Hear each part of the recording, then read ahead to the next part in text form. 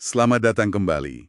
Oke, kali ini kita akan coba bedah lebih dalam ya soal strategi bisnis. Sumber kita kali ini dari Harvard Business Review Guides yang Anda bagikan.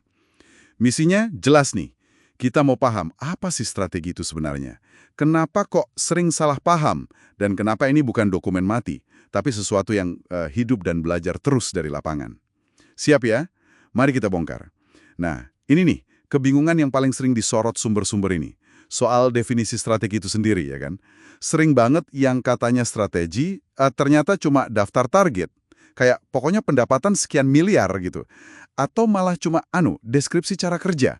Bahkan katanya banyak eksekutif pun masih suka bingung. Ini strategi, ini tujuan, atau ini taktik sih di lapangan. Gimana tuh? Ya, ini masalah klasik tapi krusial banget. Bukan cuma salah istilah aja ya. Sumber HBR ini menekankan itu jebakan umum. Banyak yang kita sebut strategi, itu sebenarnya ya daftar harapan atau target angka aja. Nah, wawasan kuncinya gini, strategi sejati itu bukan soal apa yang mau dicapai, tapi soal pilihan-pilihan sulit tentang bagaimana kita bersaing dan menciptakan nilai yang unik. Jadi, ini menyangkut pilihan yang fundamental banget. Misalnya, di mana kita mau bermain. Terus, gimana cara melangnya? Apa sih basis keunggulan kita? Apa pendorong biaya kita, pendorong nilai kita? Ini pertanyaan mendasar, bukan sekedar rencana jangka panjang atau pendek aja. Oke, menarik banget penekanannya di pilihan sulit itu ya. Dan ternyata pendekatannya juga nggak bisa pukul rata ya. Sumber ini kan mengidentifikasi ada beberapa gaya strategi gitu, tergantung seberapa mudah kita prediksi lingkungan bisnisnya, sama seberapa besar kita bisa ngaruhin lingkungan itu. Contohnya industri kayak minyak gitu, kan relatif stabil ya. Mungkin cocoknya pakai gaya klasik, analisis mendalam, rencana detail jangka panjang. Betul, gaya klasik itu andalannya analisis buat cari posisi pasar terbaik, tapi kan nggak semua industri gitu ya. Gimana kalau lingkungannya, wah cepet banget berubah, nggak bisa ditebak. Kayak industri software internet yang disebut di sumber. Nah, di situ butuhnya gaya adaptif. Ini bukan cuma soal fleksibel aja loh ya, tapi secara aktif kita bangun mekanisme untuk merasakan pasar. Coba bayangin perusahaan software, mereka rilis fitur kecil-kecil sebagai eksperimen, terus cepet-cepet digandakan kalau berhasil, dimatikan kalau gagal. Hitungannya minggu, bukan nunggu laporan kuartalan. Cepet banget. Atau malah ada gaya shaping. Ini lebih proaktif lagi.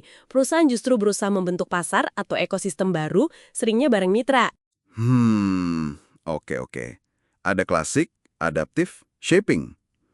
Tapi kalau lihat data survei yang dikutip nih, kok kayaknya banyak perusahaan masih cenderung pakai gaya klasik atau visioner ya? Padahal mungkin mereka ada di lingkungan yang sulit ditebak. Kenapa gitu ya? Apa karena kebiasaan aja atau gimana? Ya, sumbernya sih nggak sih beberapa kemungkinan ya. Bisa jadi karena, ya itu tadi, kebiasaan. Udah nyaman dengan cara lama, atau mungkin bias dari latar belakang pendidikan eksekutifnya. Kan banyak yang diajarinnya pendekatan analitis prediktif gitu ya. Bisa juga ada anggapan kalau pendekatan adaptif itu kayak kurang serius, atau terlalu reaktif. Padahal justru butuh disiplin eksperimen yang tinggi loh. Oke, jadi ada berbagai gaya tergantung kondisi. Tapi ini nih yang menurut saya paling, menonjol banget dari sumber-sumber ini. Yaitu soal gimana strategi itu sendiri seharusnya hidup dan berinteraksi langsung sama pelaksanaannya. Udah nggak zaman lagi kan, model lama, mikir strategi di ruang rapat, terus udah lempar aja ke tim eksekusi di bawah. Tepat sekali.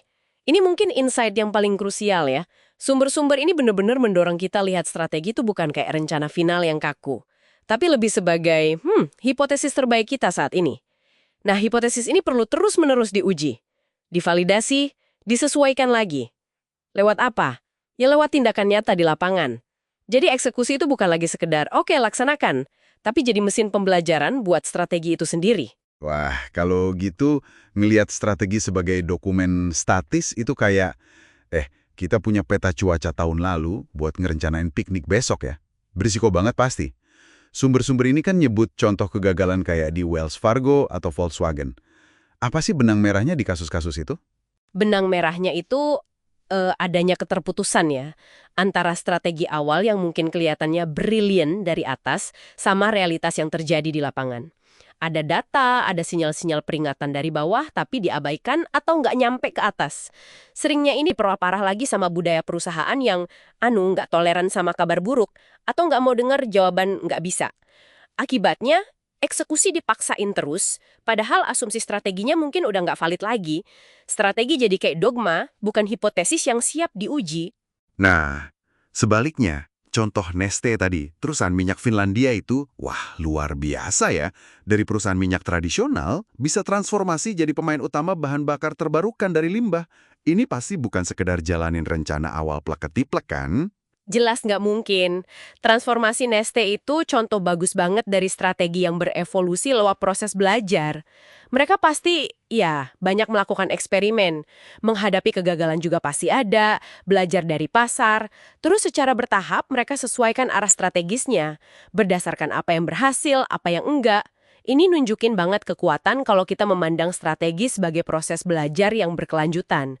Kuncinya ya integrasi yang erat banget antara tim strategi sama tim eksekusi. Dan ini perlu difasilitasi. Perlu ada proses pembelajaran eksekutif yang disengaja dan rutin. Dan pastinya komunikasi jadi penting banget di sini ya. Apalagi pas strategi perlu diubah arahnya berdasarkan pembelajaran tadi. Mutlak. Penting sekali, komunikasi yang jelas, yang berkelanjutan tentang arah strategis itu vital. Termasuk juga komunikasi kenapa kok arahnya berubah.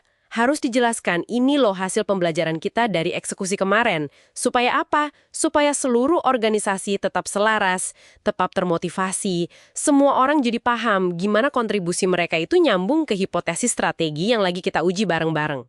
Oke, jadi kalau kita tarik kesimpulan ya, strategi yang efektif di zaman sekarang itu bukan cuma soal analisis awal yang hebat aja, tapi lebih ke soal kelincahan kita buat belajar, keberanian buat muji asumsi lewat tindakan nyata, dan juga kemampuan komunikasi yang terbuka ya, terutama pas arah perlu disesuaikan. Iya, sebuah proses yang dinamis banget, yang menuntut kita punya kerendahan hati juga. Ngaku kalau kita nggak tahu segalanya di awal, dan perlu disiplin untuk terus belajar dari apa yang kita kerjakan.